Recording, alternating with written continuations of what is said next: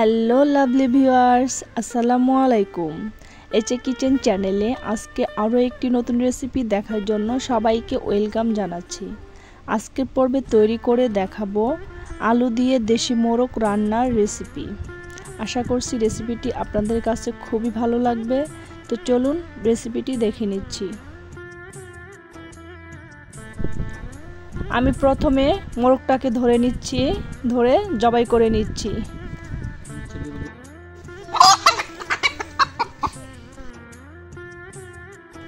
এই দেখুন, আমি মোরগটাকে জবাই করে নিয়েছি। এখন মোরগটাকে ভালো করে পরিষ্কার করে নিচ্ছি। আমি মোরগটাকে স্কিন সহ রান্না করব, তার জন্য ভালো করে পরিষ্কার করে নিলাম। এখন মোরগটাকে পুড়িয়ে নিচ্ছি। দেশি মোরগ এভাবে পুড়িয়ে রান্না করলে খেতে কিন্তু দারুণ লাগে।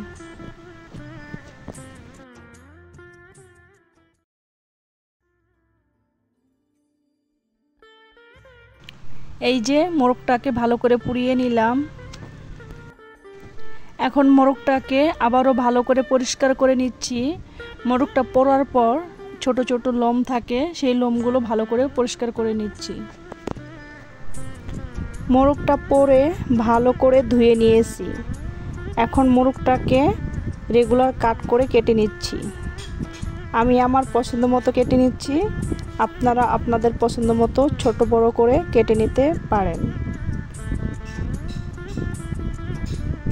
তো এখন মোরগটা কেটে ভালো করে ধুয়ে তারপর ফিরে আসছি।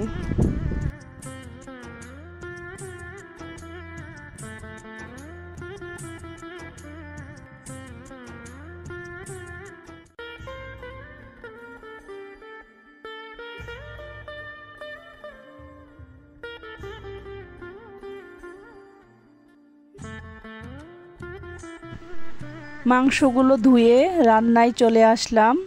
এখন একটা হাঁড়িতে মাংসগুলো নিয়ে নিচ্ছি।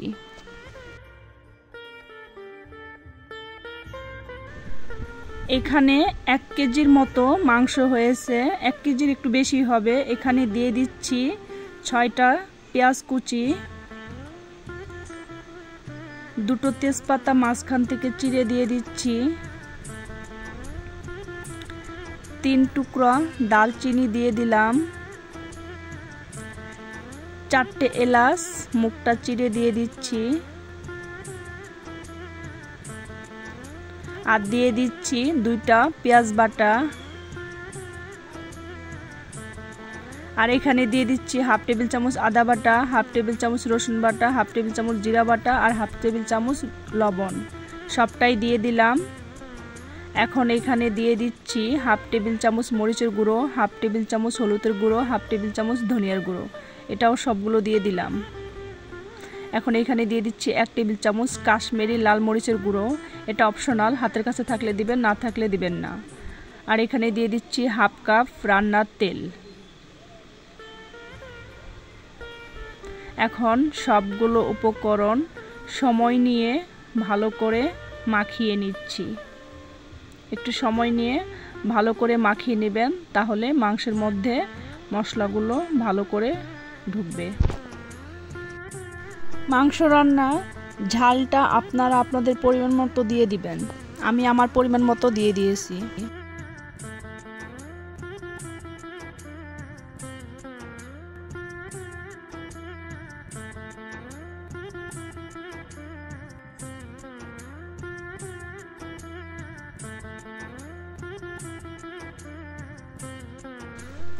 এই তো আমি মাংসটাকে ভালো করে মাখিয়ে নিলাম।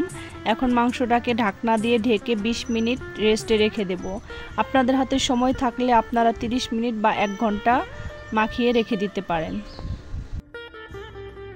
এই তো আমি মাংসটাকে 20 মিনিট ম্যারিনেট করে রেখে দিয়েছিলাম। এখন 20 মিনিট পর মাংসটাকে চুলায় বসিয়ে দিলাম। এখন চুলাটা জ্বালিয়ে দিচ্ছি। ঢাকনা দিয়ে ঢেকে মাংসটাকে প্রথমে বলক তুলে নিচ্ছি। এই দেখুন, মাংসটা বলক চলে আসছে। এখন আমি একটু নেড়েচেড়ে দিচ্ছি। নেড়েচেড়ে না দিলে দেখা যাবে নিচে থেকে লেগে যাবে, তার জন্য একটু ভালো করে নেড়েচেড়ে দিচ্ছি। তারপর চুলার আঁচটা কমিয়ে ঢাকনা দিয়ে ঢেকে 20 মিনিট রান্না করব। 20 মিনিটের মধ্যে অবশ্যই ঢাকনা খুলে কয়েকবার নেড়েচেড়ে দিতে হবে।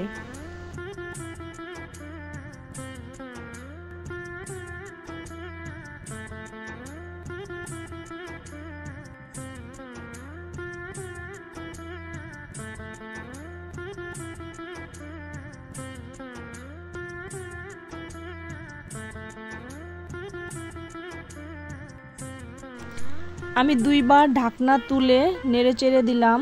এখন আবারও ঢাকনা তুলে ভালো করে নেড়েচেড়ে নিচ্ছি।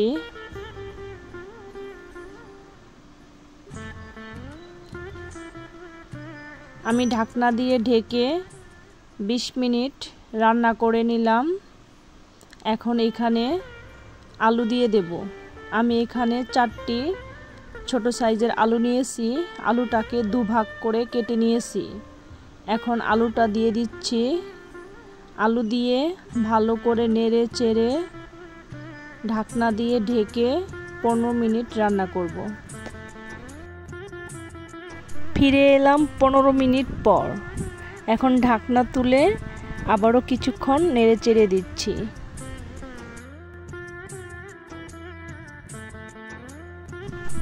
ভালো করে নেড়ে চেড়ে নিলাম। এখন এখানে ঝোলের জন্য পানি দিয়ে দিচ্ছি। যে যেমন ঝোল খাবেন সে অনুযায়ী পানি দিবেন।